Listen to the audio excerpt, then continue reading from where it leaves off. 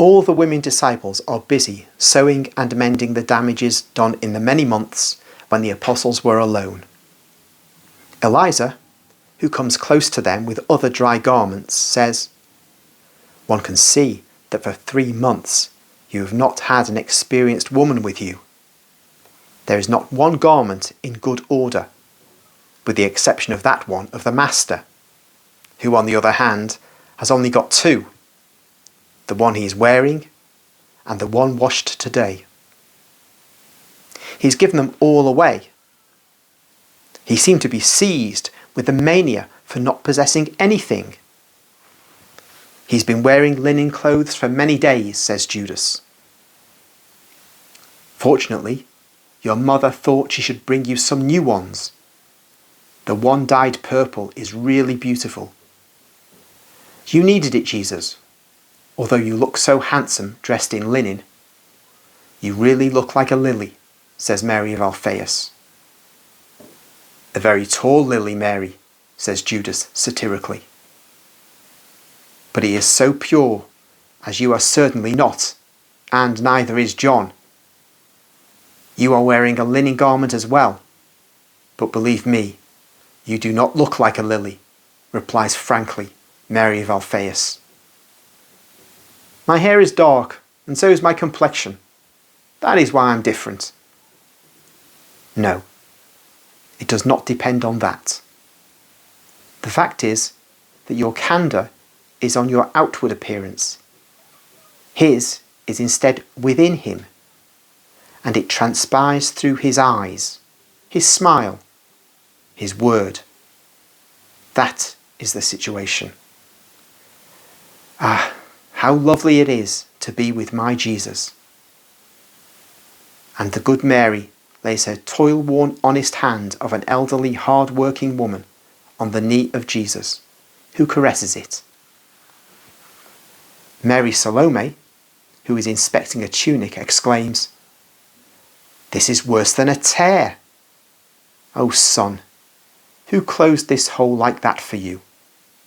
And scandalized as she is, she shows her companions a kind of very wrinkled navel forming a raised ring on the cloth, held together by some very coarse stitches, enough to horrify a woman. The strange repair is the epicentre of a series of puckers that widen out radially on the shoulder of the tunic. They all laugh, and John is the first.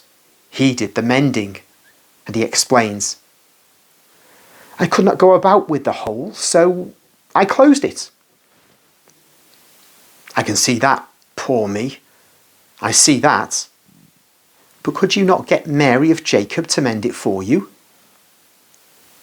She's almost blind, poor woman. And then, the trouble was that it was not a tear. It was a real hole. The garment got stuck to the faggot I was carrying on my shoulder.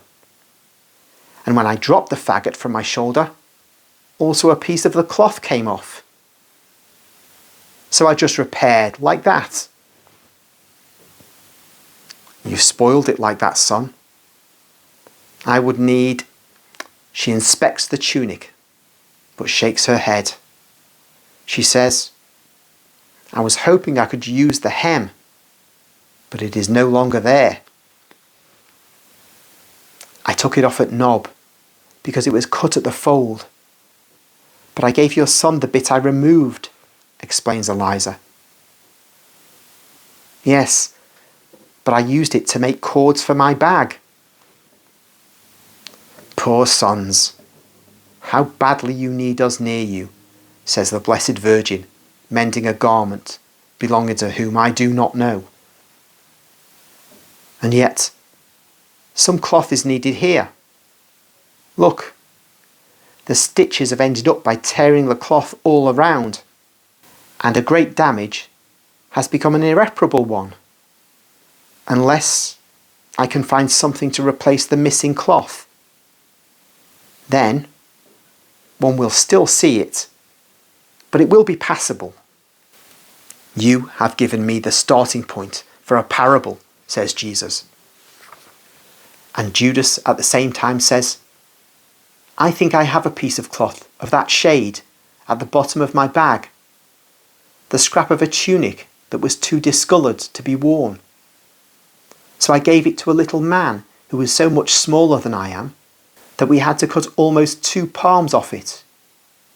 If you wait, I will go and get it for you, but I should like to hear the parable first. May God bless you. Listen to the parable first.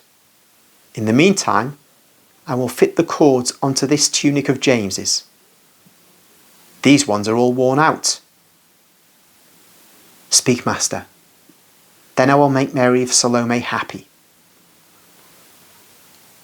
Yes,